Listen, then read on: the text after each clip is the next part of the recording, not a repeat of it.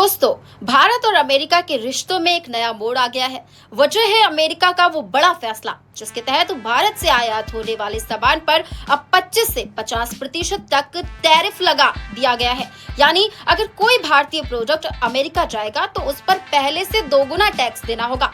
ये कदम अमेरिकी राष्ट्रपति डोनाल्ड ट्रंप की सरकार ने उठाया है और वजह बताई है भारत द्वारा रूस से बड़ी मात्रा में सस्ता तेल खरीदना। अब सवाल ये है कि आखिर इस टैरिफ का असर क्या होगा?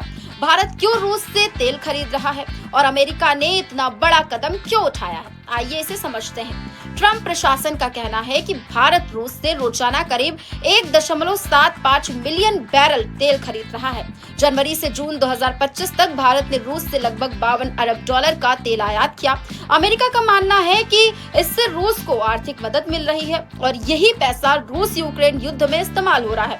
दूसरी ओर ट्रंप ने भारत को टैरिफ किंग भी कहा। उनका आरोप है कि भारत अमेरिकी सामान पर औसतन 12% टैरिफ लगाता है, जबकि अमेरिका भारतीय प्रोडक्ट्स को ज्यादा आसान एक्सेस देता है। इसी वजह से अमेरिका और भारत के बीच लगभग $46 अरब का ट्रेड डेफिसिट बन रहा है। पहला टैरिफ 25% का था जो 7 अगस्त से लागू हुआ।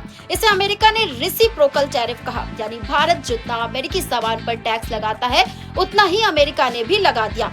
लेकिन मामला यहीं खत्म नहीं हुआ। 27 अगस्त से एक और 25% का अतिरिक्त टैरिफ लगा दिया गया। इस बार वजह बताई गई कि रूसी तेल खरीदना अमेरिका की राष्ट्रीय सुरक्षा के लिए खतरा है।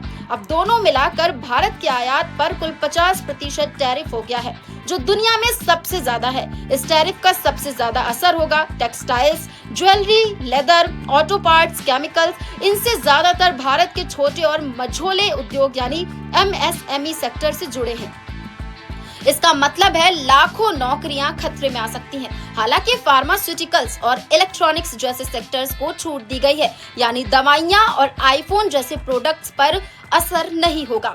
भारत ने इस फैसले को अनुचित बताया है। विदेश मंत्रालय का कहना है कि हमारे लिए सबसे बड़ी प्राथमिकता 1.4 अरब लोगों की ऊर्जा सुरक्षा। रूसी तेल न सिर्फ सस्ता है बल्कि लॉन्ग टर्म कॉन्ट्रैक्ट्स की वजह से जरूरी भी है। भारत ने अमेरिका और यूरोपीय देशों पर दोहरे मापदंड का आरोप लगाया है, क्योंकि अमेरिका खुद रूस से लगभग $3.5 अरब का सामान खरीदता है और यूरोपीय संघ रूस से करीब 67.5 अरब यूरो का LNG ले रहा है। तो सवाल ये है कि जब बाकी देश खरीद सकते हैं तो भारत क्यों नहीं? भारत के करीब $87 अरब के निर्यात का 55% हिस्सा इस टैरिफ से प्रभावित होगा।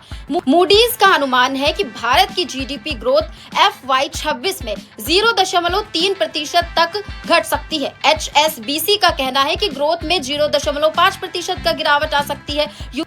रुपयों में कमजोरी और स्टॉक मार्केट में हल्की गिरावट पहले ही देखी जा चुकी है। अगर भारत रूस से तेल लेना बंद करता है और इराक या सऊदी अरब से खरीदता है तो हर साल लगभग 9 से 12 अरब डॉलर का अतिरिक्त तेल बिल चुकाना होगा। रिजर्व बैंक ऑफ इंडिया यानी RBI पहले से ही प्लान बना चुका है कि गवर्नर संजय मल्होत्रा का कहना है कि असर सीमित रहेगा और जरूरत पड़ी तो मौद्रिक नीतियों में बदलाव किए जाएंगे। सरकार ने एक्सपोर्ट्स को राहत देने के लिए इंटरेस्ट सब्सिडी, लोन गारंटी और नए मार्केट्स पर फोकस करने की घोषणा की है। साथ ही यूरोपियन यूनियन और चीन के साथ नए ट्रेड समझौते तेजी से आगे बढ़ाए जा रहे हैं। ट्रंप ने कहा कि अगर रूस यूक्रेन युद्ध में प्रगति हुई तो टैरिफ हटाए जा सकते हैं, लेकिन अभी तक भारत और अमेरिका की 5 राउंड की बातचीत बेनतीजा रही है। भारत अब EU और चीन के साथ समझौते की दिशा में बढ़ रहा है। प्रधानमंत्री मोदी का हालिया चीन दौरा इस रणनीति का हिस्सा माना जा रहा है। मूडीज का कहना है कि भारत की डोमेस्टिक डिमांड मजबूत है, इसलिए असर ज्यादा नहीं होगा। HSBC मानते हैं कि मैन्युफैक्चरिंग सेक्टर का झटका लगेगा, लेकिन फार्मा और IT सुरक्षित रहेंगे।